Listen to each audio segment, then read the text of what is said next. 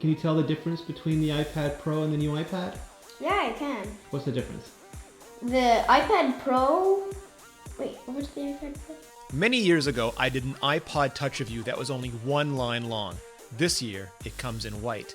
Now, the 2018 iPad isn't that, but it isn't far off either. The new 9.7-inch iPad takes everything people love about our most popular iPad and make it even better for inspiring creativity and learning. You have the same 8 megapixel 1080p camera on both. You have the same Wi-Fi and LTE networking options on both. You also have the same first generation Touch ID sensor on both. You have the same button placements and the same exact dimensions on both. So your brand new 9.7-inch iPad will fit into all the same cases and covers and keyboards as your previous generation non-Pro 9.7-inch iPad, pretty much all the way back to the iPad's Air. In fact, in almost every way, the 2018 version of the iPad is identical to the 2017 version, except for two. But we're also upgrading the chip in this new iPad to the super fast A10 Fusion. That's the same processor that's found in the iPhone 7 and the iPhone 7 Plus. It has 2 lower power efficiency cores and 2 higher power performance cores to help deliver both high speed but also long battery life. It's about 1.5 times faster. And that translates into faster launching apps, faster processing inside apps for everything from video to photo effects. And with the increased GPU and CPU performance, you'll have a better experience in AR, augmented reality apps, and that's the direction a lot of educational, entertainment, and games are going. Chromebooks are really slow. They're very slow. They're really slow. When you use them, it takes like 10 seconds to move from page to page, and if something's buffering, it will not go on. You're gonna have to restart it. The next big difference is Apple Pencil support. We're providing a high-resolution touch system with sub-pixel precision to this iPad. This will enable ultra-low latency, pencil support, and the same tilt and pressure sensing that had made Apple Pencil such a hit. Last year's iPad, nothing. Draw all you want, nothing. This year's iPad, you tap on the screen and you just start drawing. The feeling is incredibly similar to the original iPad Pros. In fact, it has the exact same touch subsystem as the original 9.7-inch iPad Pro. The only big difference is the air gap from the non-laminated display, but you'll only really notice that if you come from a current generation iPad Pro. If you come from something like a Wacom tablet, you'll still feel light years ahead.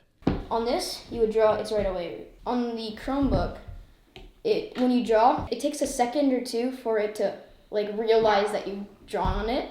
This iPad is now more powerful than most PC, laptops, and virtually every Chromebook. But even with the more powerful processor and the Apple Pencil support, it's still no iPad Pro. There's no smart connector on the side, which means you can't use it with Apple's Smart Keyboard. Instead of an 8 megapixel 1080p camera, you have a 12 megapixel 4K camera. So many more Ks. So many. On the front, instead of a 1.2 megapixel 720p FaceTime camera, you have a 7 megapixel 1080p camera. Instead of 2 stereo speakers, which are really only stereo when you're holding it in portrait, you have 4 stereo speakers all around the iPad Pro, which means it stays stereo no matter which way you rotate it. And instead of the non-laminated sRGB 60 frame per second display, you have the state-of-the-art laminated DCI-P3 wide color gamut ProMotion up to 120 Hz display on the iPad Pro.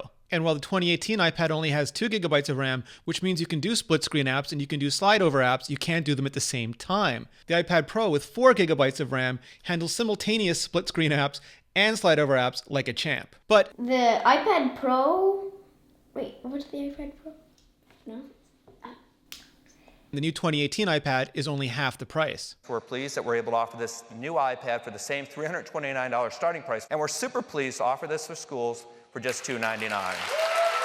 The iPad Pro starts at $649. Now that's still expensive when you compare it to some Windows laptops or Chromebooks, especially Chromebooks, which can start at like $150, maybe $200. The two aren't directly comparable. The iPad is much more powerful. It's also better built and much more flexible. It can be your camera in the woods. It can be your video camera in the playground. It can be your AR window in the classroom. And it's got 200,000 education-specific apps out of 1 million iPad-specific apps compared to a small percentage of high-quality apps running on other platforms or in the browser. Apple is still not competing for customers for whom cheapness is the most important feature. Theoretically, they could use some of their massive retail margins to further subsidize education in entry-level devices. And I hope Apple is at least considering that. They may lose profit, but we're increasingly living in a world where the private, secure services and devices that Apple offers are going from being a nice to have to a need to have. And if it makes someone an Apple customer for life along the way, all the better. But despite the new iPad being introduced at an education event,